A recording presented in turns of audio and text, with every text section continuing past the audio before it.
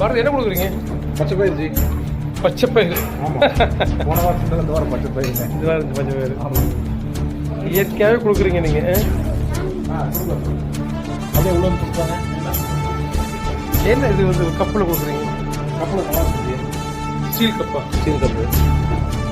Without பனியூஸ் கப்பா? அது வந்து ஜூஸ் மட்டும் தான்.